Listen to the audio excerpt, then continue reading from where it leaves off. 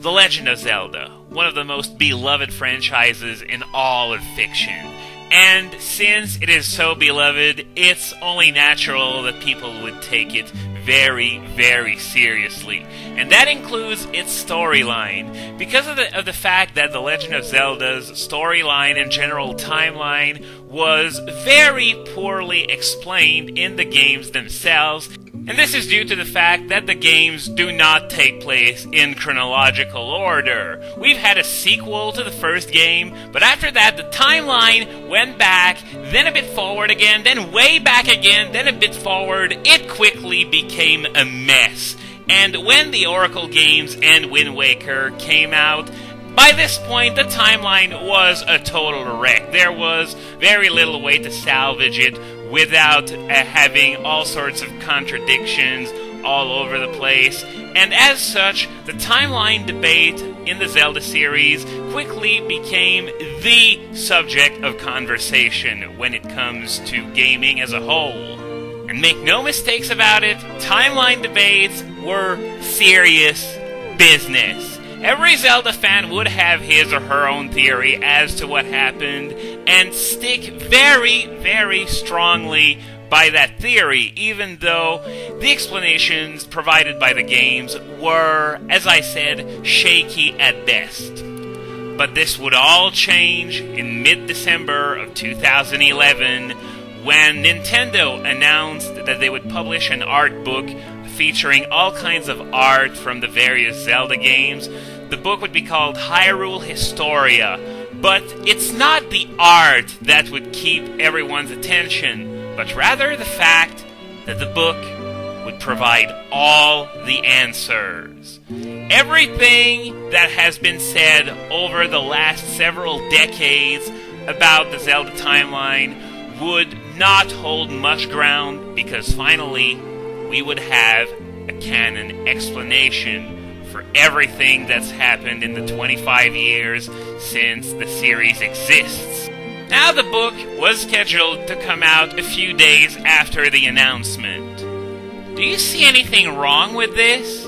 Namely, the fact that this book contains the answers to every question that we have asked ourselves in the last 25 years, and they announce it only a few days before its release without making a big deal out of the fact that this book contained the official canon timeline? Yes, Nintendo did an extremely poor job at managing this. They could have announced this a few months ago, and it would have been hyped like hell. It would have been amazing seeing everyone realize that they were finally going to get the answers. But no, that's not what happened. We woke up one morning and they said, oh, here's the official timeline.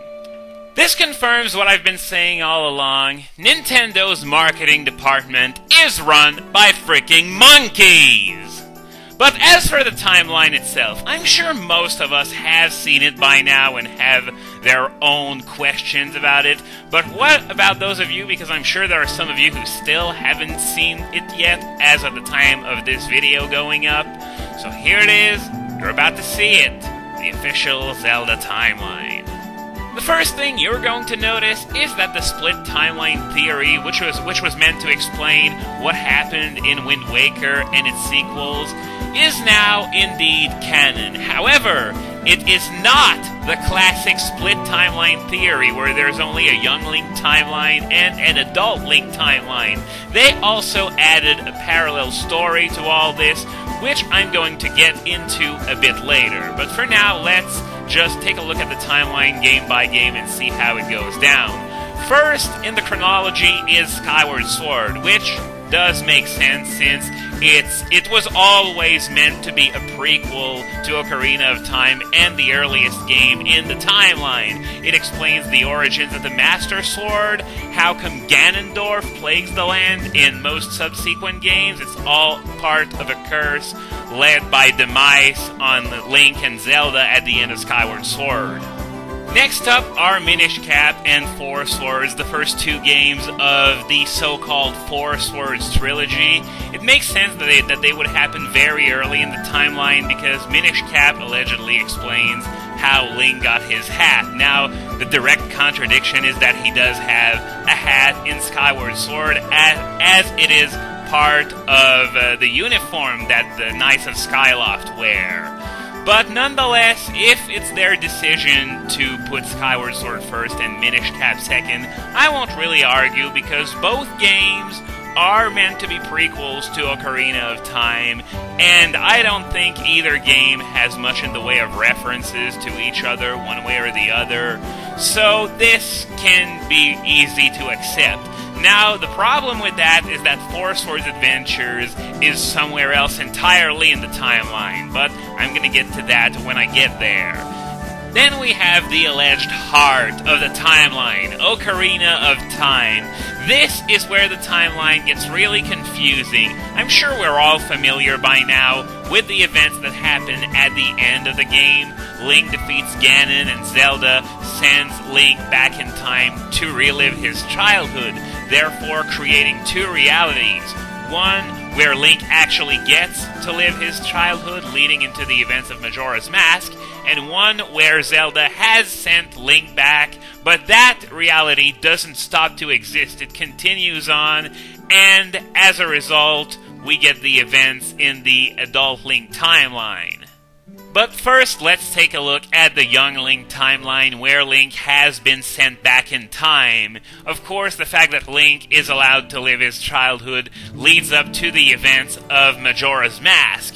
However, it also has an impact on what happens to Ganondorf, because one thing that I have read about this book, and no, I don't have the book in my possession, nor do I read Japanese, otherwise it would be a lot more simple to make sense all of this, but an excerpt from the book that I have read is that, you see, at the very end of the ending, in Ocarina of Time, you see Link and Zelda together in the castle courtyard, and the book says that this is when Link uses his knowledge of the future to expose and arrest Ganondorf before he can set his plan into motion, which leads into the backstory told by the sages in Twilight Princess, where the sages attempted to execute Ganondorf, but somehow he managed to get out of his prison, kill Ruto, and after that the other sages imprisoned him in the Twilight Realm, where he spent a long time rebuilding his power before appearing to Zant as a false god. And this is where Twilight Princess picks up. Now this is what is after Twilight Princess that perplexes many people, and I'm talking about Four Swords Adventures. I've already mentioned it earlier, but I've never played Four Swords Adventures, but isn't it supposed to be a direct sequel to Four Swords? Then why is it all the way at the end of that particular timeline? I don't know, maybe it's because Ganondorf is in this game and they didn't want the original Ganondorf to be the one from this game, but rather the one from Ocarina of Time, but I don't know, it's just really confusing at that point. And this is what tells me that Nintendo didn't really go for much in the way of retcons and stuff. They just went for the timeline that would provide the least paradoxes and contradictions, because let's make something clear. There is no way, simply no way, that you can arrange all these games and not have some contradictions somewhere along the way. So they just went for the path of least resistance, didn't really retcon much. They just said, oh, this is the way to put those games together that provides the least contradictions, and then they went with it. This definitely proves to me that they did not have any sort of timeline in mind when they were making these games, especially in the last decade, especially from the Oracle games on. But enough about that, let's move on to the next timeline, the Adult Link timeline, which is the one I think most everyone can agree on. There's not really much in the way of contradictions there. This is the future where Zelda has already sent Link back to relive his childhood, so when Ganondorf gets out of the evil realm, there's no hero of time to be found, so the goddesses are forced to bury Hyrule under the sea. But then Ganondorf manages to break out again. Man, he's one persistent fellow, isn't he? and this is where Wind Waker picks up. And from that point, Phantom Hourglass is a direct sequel to Wind Waker. No problem with that. And Spirit Track is said to happen 100 years after Phantom Hourglass. Then again, there's not much of a problem with this particular timeline. However, the main problem that most people seem to have with this timeline, and one that is going to be the subject of many arguments for years and years to come, is the fact that there is a third branch in the timeline. This is one, according to the book, where Ganondorf defeats Link in their final battle. That is right. If you get a game over, it suddenly has canonical importance. Something that I have never, ever heard of in any other game ever. I mean, even games like Chrono Trigger or Tales of Symphonia that have multiple outcomes depending on how you play the game, they always have only one outcome that's actually canon. But here, apparently not so.